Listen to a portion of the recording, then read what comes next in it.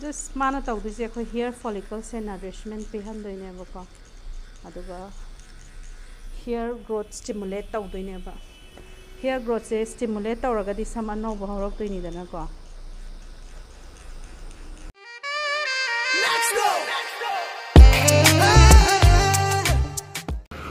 asigi L.I.CLINIC sini ko mayam sidani lengjan biro asigi building sida Singjamei parking dane Singjamei Bazar da asigi second floor dan lei siko asigi L.I.CLINIC kan thai si akhoi na sik tawrise adongi scalp sai na analysis tawdoine bako kari problem laige na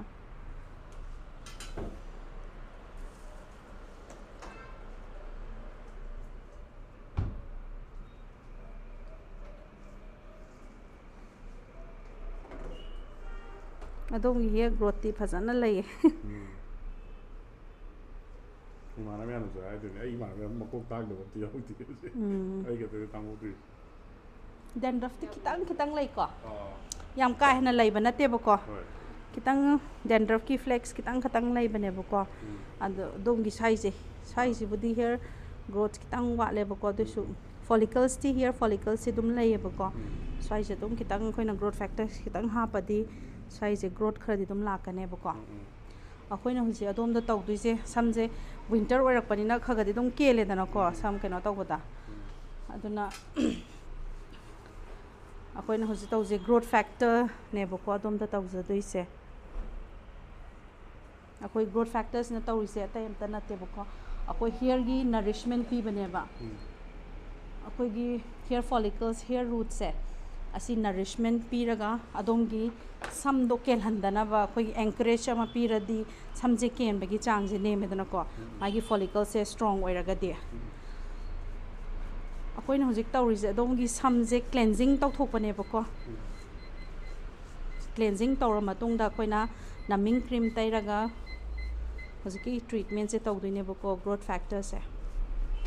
factors se makhal ani thongna la bako injectable duga non injectable sulai bako ado khoina ngasi tawduse minimal invasive hai tare ko sije dom da kashu na roi ba khoina scalp ta injection tawraga tawgodaba natte bako just akhoi gi infusion of the growth factor ne ba akhoina dongi scalp sida growth factor se infuse tawraga adongi hair follicle se khara strong we handoine bako strong oiraga di adongi sam ken su pharani aduga dongi sam je magi texture kari krasu dum phagalakane bako mainly adongi kitang sam kitang wat pa pas toina growth factor tawse bako like affected area hai tar size kitang sam je khara thin noi bako si portion je sigi portion se di yamna frontal portion se budi yam hore bako akoi sai portion se ma khara thin noi ba jaga asida mu kana tok sake bako growth factor hapaga khoi huji adom da numbing cream je tai doine bako numbing cream se tairaga spatula si numbing cream se taira khoina derma pen season rakane ba adom da like small needles na kind of prick torok toine bako adu na dana ba khoina numbing cream je taija bane bako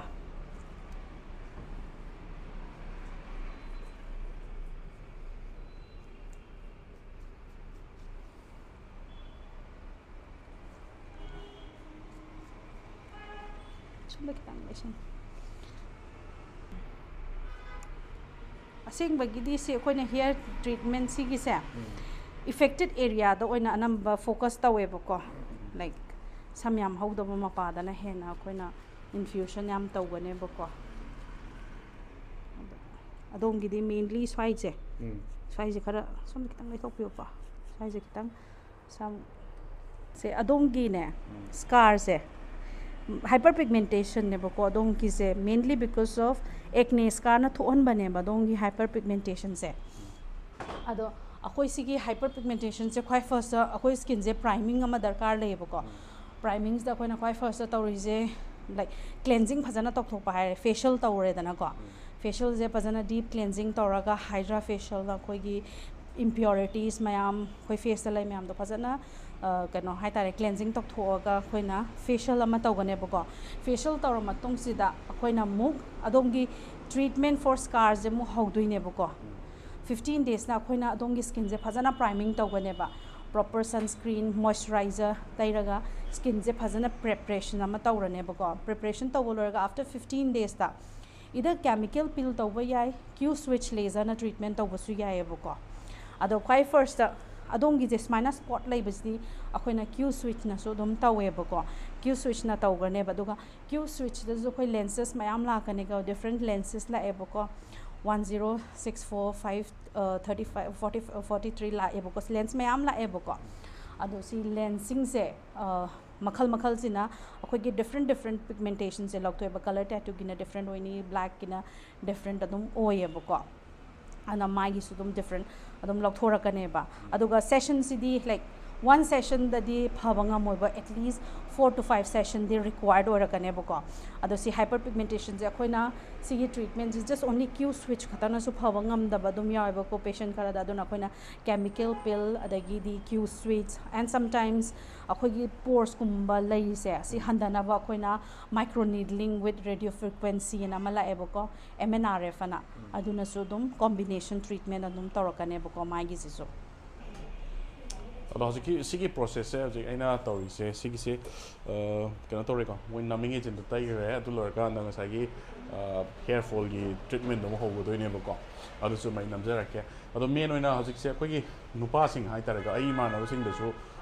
some hajik am tang dana de some hairfall to dana de dandruff to dana ma ma hajik se some je dum problem ma dum lai ne hai tar ga medical adum leibin hai tare ko adu mi am do dum sida dum la aga adum doina ba treatment adum do bi yare mo khoi gi clinic sida adum khoi gi dental su lai re de khoi gi tattoo removal su lai ko tattoo removal se mi am su yam hang bi rak ko do tattoo removal su sida yam phajana na towe ade facial phajana towe ado ai ji nang ke ai ji ke ta sena smaina cosmetic lom da hai ga di ke ha ai mai ga ba ke no mo jai di kya to di ko ade face wash ka ta ha da mai di ba ke jat bai ta sunscreen mo tai di ko na mai loi soksel leira me ba ko aduna ai su treatment je ho do ba yar ro adu ngasi gi di oina sam je ngon su winter ke ki wor ko ta kitang dry oi shalak pa de ye kitang hair fall ke torok ko adu de de som ai gi kitang treatment je to ge na mayam lak pining le ga di dum chi dum lenje de ya ai makha da sai da dum mo ki contact number ke loi na bo hapsa ra ke ko ado Singjamei Bazar ne ju le akoi sigi machine se q switch laser haina khangnai bako aduga magi main function di akoina tattoo removal adagi di hyperpigmentation adugumba da mainly oina season nei bako tattoo je any type of tattoo removal ya gani either amateur oigera aduga akoi gi professional tattoos any tattoos color tattoos black tattoos loina mak sigi machine sina remove to wangam gane bako aduga secondly akoi huzikan gi melasma mahing haitare ko asigumba hyperpigmentation singse sigi machines na dum lokthokpa ngame aduga koi gi freckles maitai lon da haraga koi ni haing mathi gumba adagi birth marks gumba singse sigi machine gi through da gi koina lokthokpa ngam gane bako adu result se like 100% pura remove ti tawba ngam moi bako at least 80% of hyperpigmentation de dum phajana dum lokthokpa ngame bako sigi machine sina aduga sigi machine sina mainly akogi hydra facial tawba yare aduga body polishing su tawba yare aduga body polishing the two types tawba yare bako like amana diamond gi through the tawba yai aduga amana crystal gi through the su tawba yare bako aduga mainly aduga atopa masu akogi sam gi dandruff mainly akoi dandruff kai kaje lokthokpa ngamdaba yam stubborn oiba dandruff se sigi machine gi through da su akoina dandruff se lokthokpa yagane akoi sigi machine je Alice bubble haina khangnai bako si je mainly akoina hydra facial oxygenofacial je sigi matena akoi tawbangam me bako aduga akoi gi sigi machines da akoina serum sing infuse tawraga akoi gi mai according to the skin type dry adagi di oily combination skin ge different type of serum season naraga akoina hydra facial tawgani aduga on top of that akoi sida oxygeno gi facility su lai sida oxygeno gi capsule amasung mai gi paste la kane bako aduna tawraga through tawraga akoina oxygeno su tawba ya gane bako sigi machine sina aduda sida probe su makal mayam ma yaure sida radio frequency yaure adagi sida cooling tawnaba akoina cooling akoina skin do akoina exfoliation tawba matamda mai je sagatpa khokhatpa tawbasing lakani adu phana ba akoina sida cooling probe su yawe duna like yam phajana soothing ohelaga yamna non kano nungai ba mong da facial to tawba ya gane bako ꯑꯩꯈꯣꯏ ꯁꯤꯒꯤ ꯃꯁꯤꯟꯁꯤꯅ MNRF ꯍꯥꯏꯔꯒ ꯈꯪꯅꯩꯌꯦ micro ꯅꯤꯗꯂꯤꯡ with radio frequency ꯃꯥꯒꯤ ꯃꯦꯟ ꯀꯩꯅꯣꯁꯦ ꯃꯥꯒꯤ ꯃꯦꯟ ꯐꯪꯁꯟꯁꯦ ꯑꯩꯈꯣꯏꯒꯤ ꯔꯤꯡꯀꯜꯁꯀꯨꯝꯕ ꯃꯥꯏ ꯈꯨꯏꯖꯜꯂꯛꯄꯒꯨꯝꯕ ꯑꯗꯨꯒꯨꯝꯕꯗ treatment ꯇꯧꯋꯦ ꯑꯗꯨꯒꯤ ꯃꯊꯛꯇ ꯑꯩꯈꯣꯏꯒꯤ ꯑꯟꯏꯚꯦꯟ ꯇꯣꯟꯒꯨꯝꯕ ꯑꯣꯏꯕ ꯑꯗꯒꯤ ꯑꯣꯄꯟ ꯄꯣꯔꯁ ꯂꯥꯛꯄ ꯑꯗꯨꯒꯨꯝꯕꯗ ꯇꯧꯋꯦ ꯑꯗꯨꯒ ꯁ꯭ꯀꯥꯔ ꯇ꯭ꯔꯤꯠꯃꯦꯟꯁꯨ ꯁꯤꯅ ꯑꯗꯨꯝ ꯇꯧꯕ ꯌꯥꯏꯑꯕꯀꯣ ꯑꯗꯨꯁꯨ ꯁ꯭ꯀꯥꯔ ꯇ꯭ꯔꯤꯠꯃꯦꯟꯁꯨ ꯇꯧꯒꯅꯤ ꯑꯗꯨꯒ ꯃꯦꯟꯂꯤ ꯑꯩꯈꯣꯏꯅ ꯍꯧꯖꯤꯛ ꯈꯟꯅꯔꯤꯕ ꯑꯩꯈꯣꯏꯒꯤ ꯚꯦꯝꯄꯥꯌꯔ ꯐꯦꯁꯤꯌꯦꯜ ꯍꯥꯏꯔꯒ ꯈꯪꯅꯔꯤꯕ ꯌꯥꯝꯅ ꯄꯣꯄꯨꯂꯔ ꯑꯣꯏꯕ ꯐꯦꯁꯤꯌꯦꯜꯁꯦ ꯊ꯭ꯔꯨ ꯗꯤꯁ ꯃꯁꯤꯟ ꯑꯩꯈꯣꯏꯅ ꯑꯗꯨꯒꯤ ꯐꯦꯁꯤꯌꯦꯜꯁꯨ ꯇꯧꯕ ꯌꯥꯒꯅꯦꯕꯀꯣ ꯑꯩꯈꯣꯏ ꯁꯤꯁꯦ RF ꯀꯣꯇ꯭ꯔꯤ ꯍꯥꯏꯔꯒ ꯈꯪꯅꯩ ꯁꯤꯒꯤ ꯃꯁꯤꯟꯁꯤꯅ ꯁꯤꯁꯦ ꯃꯥꯒꯤ ꯃꯦꯟ ꯐꯪꯁꯟꯁꯤꯅ ꯑꯩꯈꯣꯏꯒꯤ ꯃꯣꯜ ꯔꯤꯃꯨꯚꯦꯜ ꯑꯗꯒꯤ ꯑꯩꯈꯣꯏꯒꯤ ꯑꯦꯛꯁꯇ꯭ꯔꯥ ꯁ꯭ꯀꯤꯟꯁꯤꯡ ꯂꯩꯕꯁꯤꯡꯗꯣ ꯁꯤꯒꯤ ꯃꯁꯤꯟꯒꯤ ꯊ꯭ꯔꯨꯗꯒꯤ ꯑꯩꯈꯣꯏꯅ ꯂꯣꯏꯅ ꯂꯧꯊꯣꯛꯑꯒ ꯇ꯭ꯔꯤꯠꯃꯦꯟ ꯇꯧꯕ ꯌꯥꯒꯅꯦꯕꯀꯣ The L.I.CLINIC ꯀꯤꯁꯤꯁꯨ ꯗꯦꯟꯇꯦꯜ ꯁꯤꯅ ꯗꯦꯟꯇꯦꯜꯒꯤ ꯁꯦꯛꯁꯟꯅꯤꯀꯣ ꯑꯗꯨꯅ ꯑꯗꯨꯝ ꯑꯦꯅꯤꯊꯤꯡ ꯗꯦꯟꯇꯦꯜ ꯔꯤꯂꯦꯇꯦഡ് ꯑꯣꯏꯕ ꯑꯗꯨꯝ ꯀꯩ ꯍꯥꯏꯇꯥꯔꯦ ꯃꯥꯒꯤ ꯀ꯭ꯔꯥꯎꯟ ꯍꯥꯞꯄ ꯑꯗꯒꯤ ꯑꯩꯈꯣꯏꯒꯤ ꯀꯩ ꯍꯥꯏꯇꯥꯔꯦ ꯂꯣꯏꯅꯃꯛ ꯇꯤꯠ ꯋꯥꯏꯇꯅꯤꯡ ꯀꯩꯀꯩ ꯂꯣꯏꯅꯃꯛ ꯌꯥꯔꯅꯤꯀꯣ ꯑꯗꯨ ꯁꯤꯗꯁꯨ ꯑꯗꯨꯝ ꯌꯦꯡꯁꯤꯟꯕꯤꯔꯣ ꯍꯥꯏꯇꯥꯔꯦ ꯗꯦꯟꯇꯦꯜꯒꯤ ꯑꯦꯅꯤ ꯄ꯭ꯔꯣꯕ꯭ꯂꯦꯝ ꯂꯩꯔꯒꯗꯤ ꯑꯗꯣ ꯁꯤꯒꯤ L.I.CLINIC sida layro makhoi treatment myamse ko melasma treatment chemical peel sida lay myamse black peel party peel ko hydra facial vampire facial kaina sida lay myamse aduga address ina sigi second floor ko L.I. shopping complex is near supermarket Singjamei supermarket ki adu ai dum buchara ge stay da ko second floor ne koi lay jare se simakha da dum sorok lay re aduga opposite da ꯑꯩꯈꯣꯏꯒꯤ ꯁꯤ RS dental clinic ꯂꯩꯔꯦ ꯃꯈꯥꯗ ꯑꯩꯈꯣꯏꯒꯤ electronics ꯃꯌꯥꯝ ꯌꯣꯟꯕꯗꯣꯀꯣ ꯑꯗꯣ ꯁꯤꯒꯤꯁꯤꯗ ꯁꯤꯒꯤ ꯃꯈꯥꯗ ꯑꯩꯈꯣꯏꯒꯤ ꯃꯣꯔꯦꯒꯤ ꯑꯩꯈꯣꯏꯒꯤ ꯀꯩꯅꯣꯒꯨꯝꯕ ꯄ꯭ꯂꯥꯁꯇꯤꯛꯀꯤ ꯑꯥꯏꯇꯦꯝ ꯃꯌꯥꯝ ꯌꯣꯟꯕ ꯕꯤꯜꯗꯤꯡꯗꯨꯅꯦ ꯁꯤꯒꯤꯁꯦꯀꯣ ꯃꯊꯛꯇ ꯐ꯭ꯔꯦꯁ ꯑꯅ ꯔꯦꯁꯇꯨꯔꯦꯟ ꯑꯃꯁꯨ ꯂꯩꯕꯅꯤ ꯑꯗꯨ ꯁꯤꯒꯤꯁꯤꯡ ꯁꯨꯄꯔ ꯃꯥꯔꯀꯦꯠꯀꯤ ꯍꯦꯛ ꯊꯪꯅꯕ ꯕꯤꯜꯗꯤꯡ ꯑꯋꯥꯡꯕꯗꯨꯗꯅꯦꯀꯣ ꯑꯩꯈꯣꯏ ꯍꯧꯖꯤꯛ ꯂꯩꯔꯤꯁꯦ ꯁꯦꯀꯦꯟ ꯐ꯭ꯂꯣꯔꯗ ꯀꯥꯈꯠꯄꯤꯔꯣ ꯃꯈꯥꯗ L.I.CLINIC ꯑꯅ ꯁꯥꯏꯟꯕꯣꯔꯗ ꯑꯃ ꯑꯗꯨꯝ ꯊꯦꯠꯄꯅꯤ ꯅꯃꯤꯡꯁꯦ 30 minutes ꯊꯪꯒꯗꯕꯅꯦ ꯍꯧꯖꯤꯛ 16 minutes ꯋꯥꯠꯂꯤ ꯁꯤ ꯂꯣꯏꯔꯒ ꯑꯃꯨꯛ ꯑꯩꯈꯣꯏ ꯇ꯭ꯔꯤꯠꯃꯦꯟꯗꯣ ꯍꯧꯒꯗꯣꯏꯅꯤ ꯑꯗꯣ ꯑꯩꯁꯦ ꯃꯌꯥꯝ ꯎꯕꯤꯕ꯭ꯔꯥ ꯈꯪꯗꯦ ꯑꯩ ꯃꯥꯏꯁꯦ ꯄꯨꯔꯥ ꯀꯩꯅꯣ ꯇꯧ ꯂꯩꯔꯝꯃꯦ ꯍꯥꯏꯇꯥꯔꯦꯀꯣ ꯍꯥꯏꯕꯗꯤ ꯑꯩꯗꯤ ꯃꯥꯏꯁꯦ ꯀꯩꯅꯣ ꯇꯧꯗꯦꯕ ꯑꯩ ꯀꯩ ꯍꯥꯏꯇꯥꯔꯦ ꯇꯦꯛ ꯀꯦꯌꯔ ꯁꯨꯡꯇꯧ ꯇꯧꯗꯕ ꯍꯥꯏꯇꯥꯔꯦꯀꯣ ꯍꯥꯏꯕꯗꯤ ꯌꯥꯝꯅ ꯀꯩ ꯍꯥꯏꯇꯥꯔꯦ ꯏꯒꯅꯣꯔ ꯇꯧꯊꯣꯛꯄꯤꯕ ꯍꯥꯏꯇꯥꯔꯦ ꯑꯩꯗꯤ ꯐꯦꯁ ꯋꯥꯁ ꯈꯔ ꯇꯥꯔꯅꯤ ꯑꯗꯨꯒ ꯀ꯭ꯔꯤꯝꯁꯨ ꯑꯃꯐꯥꯎ ꯇꯩꯗꯕꯤꯅꯦꯕ ꯑꯩꯅ ꯇꯧꯔꯤꯁꯦ ꯑꯗꯣ ꯑꯩ ꯆꯠꯂꯤ ꯃꯌꯥꯝꯁꯦ ꯑꯥꯎꯠꯗꯣꯔꯒ ꯆꯠꯂꯤ ꯃꯌꯥꯝꯁꯦ ꯐꯦꯁ ꯋꯥꯁ ꯑꯗꯨ ꯇꯥꯔꯒ ꯑꯗꯨꯒ ꯁꯟꯁꯀ꯭ꯔꯤꯟ ꯑꯗꯨꯗ ꯀꯩꯃꯨꯛ ꯇꯩꯗꯕ ꯍꯥꯏꯇꯥꯔꯦ ꯑꯗꯨꯅ ꯄꯨꯔꯥ ꯐꯖ ꯂꯩꯔꯝꯃꯦ ꯃꯣꯏꯅ ꯍꯥꯏꯕ ꯃꯦꯒꯅꯤꯐꯥꯏꯌꯤꯡ ꯒ꯭ꯂꯥꯁ ꯊꯥꯜꯂ ꯌꯦꯡꯕꯗ ꯄꯨꯔꯥ ꯂꯣꯏ ꯂꯩꯔꯝꯃꯦ ꯑꯗꯨꯅ ꯇ꯭ꯔꯤꯠꯃꯦꯟꯁꯦ ꯑꯩꯁꯨ ꯈꯔ ꯇꯧꯗꯕ ꯌꯥꯔꯔꯣꯏ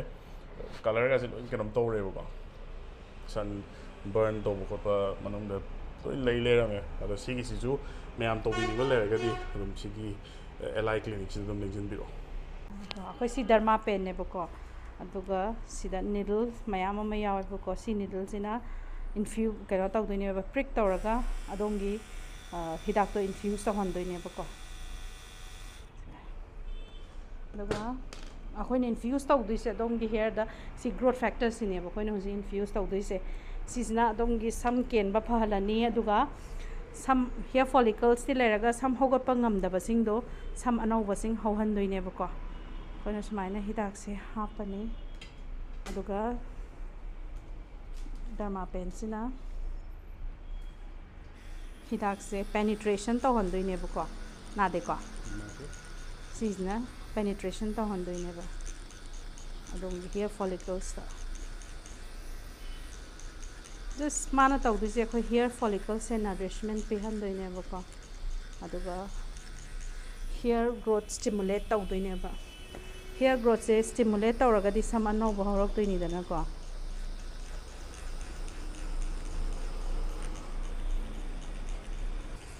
ꯌꯥꯕ꯭ꯔꯥ ꯔꯤꯖꯜꯇꯤ ꯌꯥꯝ ꯐꯖꯩ ꯑꯗꯨꯗꯤ ꯐꯖꯅ ꯈꯔ ꯆꯤꯔꯥꯏ ꯇꯥꯡꯕ ꯃꯤꯗꯣ ꯃꯣꯏꯗꯗꯤ ꯁꯦꯁꯟ ꯀꯌꯥꯃꯨꯛꯀꯗꯤ ꯗꯔꯀꯥꯔ ꯑꯣꯏ ꯑꯩꯁꯦ ꯃꯤꯅꯤꯃꯝ 4 ꯁꯦꯁꯟ ꯃꯦꯛꯁꯤꯃꯝ 6 to 8 ꯁꯦꯁꯟꯗꯤ ꯑꯗꯨꯝ ꯇꯧꯋꯦ ꯑꯗꯣ ꯑꯩꯈꯣꯏꯅ ꯁꯤꯗ ꯌꯥꯝ ꯇꯥꯡꯕ ꯃꯤꯗꯗꯤ ꯑꯩꯈꯣꯏꯅ ꯁꯄ꯭ꯂꯤꯃꯦꯟꯠꯁ ꯀꯩꯀꯥꯁꯨ ꯃꯌꯥꯝ ꯍꯥꯞꯄꯛꯀꯅꯦꯕꯀꯣ ꯕꯥꯏꯑꯣꯇꯤꯟ ꯍꯥꯞꯄꯛꯀꯅꯤ ꯁꯄ꯭ꯂꯤꯃꯦꯟꯠꯁ ꯍꯦꯌꯔ ꯒ꯭ꯔꯣꯠ ꯇꯧꯅꯕ ꯑꯗꯒꯤ ꯑꯩꯈꯣꯏꯅ ꯁꯤꯔꯝ ꯄꯤꯔꯛꯀꯅꯤ ꯃꯥꯒꯤ ꯑꯦꯗꯣꯟꯅꯦꯕ ꯁꯤ ꯀꯩꯅꯣ ꯑꯇꯣꯞꯄ ꯍꯤꯗꯥꯛ ꯀꯩꯀꯥꯁꯤꯅ ꯄꯤꯗꯕ ꯅꯥꯏꯀꯣ ꯅꯥꯕ꯭ꯔꯥ ꯃꯥꯒꯤ ꯑꯦꯗꯣꯟ ꯑꯣꯏꯅ ꯂꯥꯛꯇꯣꯏꯅꯦꯕ ꯁꯦ ꯑꯗꯨꯝ ꯍꯥꯞꯆꯜꯂꯒ ꯑꯁ ꯀꯣꯔꯤꯌꯥꯁꯤꯅꯦ ꯍꯧꯖꯤꯛ ꯀꯟꯅ ꯑꯦꯁꯊꯦꯇꯤꯛꯇ ꯃꯣꯏꯅ ꯑꯗꯨꯝ ꯅꯝꯕꯔ 1 ꯇꯥꯔꯝꯗꯧ ꯂꯣꯏꯔꯦꯀꯣ ꯍꯧꯖꯤꯛ ꯈꯤꯇꯪ ꯏꯟꯐ꯭ꯌꯨꯁ ꯇꯧꯈ꯭ꯔꯦꯕꯀꯣ ꯑꯩꯅ ꯑꯗ ꯅꯪ ꯂꯤꯇꯜ ꯕꯤꯠ ꯑꯣꯐ ꯃꯁꯥꯖꯤꯡ ꯈꯤꯇꯪ ꯇꯧꯔꯒ ꯂꯣꯏꯔꯅꯤ ꯇꯣꯁꯇ ꯉꯥꯡꯉꯤ 24 hour ꯃꯇꯨꯡꯗ ꯋꯥꯁ ꯇꯧꯕꯁꯦ ꯉꯥꯡꯉꯤꯁꯦ ꯎꯗ꯭ꯔꯥ ꯁꯤ ꯉꯥꯡꯉꯒ ꯀꯩꯒꯤꯅꯣ ꯍꯥꯏꯕꯗꯤ ꯑꯩꯈꯣꯏꯅ ꯀꯩꯅꯣ ꯇꯧꯕꯒꯤꯅꯦ ꯀꯩꯅꯣ ꯅꯤꯗꯜ ꯄ꯭ꯔꯤꯛ ꯇꯧꯕꯒꯤꯅꯦ ꯈꯤꯇꯪ ꯔꯦꯗꯅꯦꯁꯇꯤ ꯂꯩꯒꯅꯦꯕꯀꯣ ꯑꯗꯣ ꯌꯥꯔꯒꯗꯤ ꯑꯥꯐꯇꯔ ꯀꯩꯅꯣ ꯃꯇꯨꯡꯗ ꯁꯤꯖꯤꯟꯅꯕꯤꯌꯨ 24 hour ꯃꯇꯨꯡꯗ ꯁꯝꯁꯦ ꯇꯥꯕꯤꯌꯣꯕꯀꯣ ꯌꯥꯔꯦ ꯂꯣꯏꯔꯦ ꯉꯥꯡꯗꯤ ꯈꯔ ꯉꯥꯡꯉꯦ ꯂꯣꯏꯔꯦ ꯁ꯭ꯋꯥꯏꯗ ꯈꯔ ꯇꯧꯕ ꯈꯛꯇꯅꯦ ꯑꯗꯣ ꯂꯣꯏꯁꯤꯟꯖꯔꯒꯦ ꯃꯌꯥꯝ ꯀꯣꯟꯇꯦꯛ ꯅꯝꯕꯔ ꯍꯥꯞꯆꯔꯛꯀꯦ ꯑꯗꯨ ꯀꯣꯟꯇꯦꯛ ꯇꯧꯁꯤꯟꯕꯤꯔꯣ ꯁꯝ ꯊꯥꯅꯤꯡꯕ ꯑꯗꯩ ꯁꯝ ꯀꯦꯟꯕ ꯃꯌꯥꯝ ꯀꯣꯛ ꯇꯥꯡꯕ ꯃꯌꯥꯝ ꯀꯣ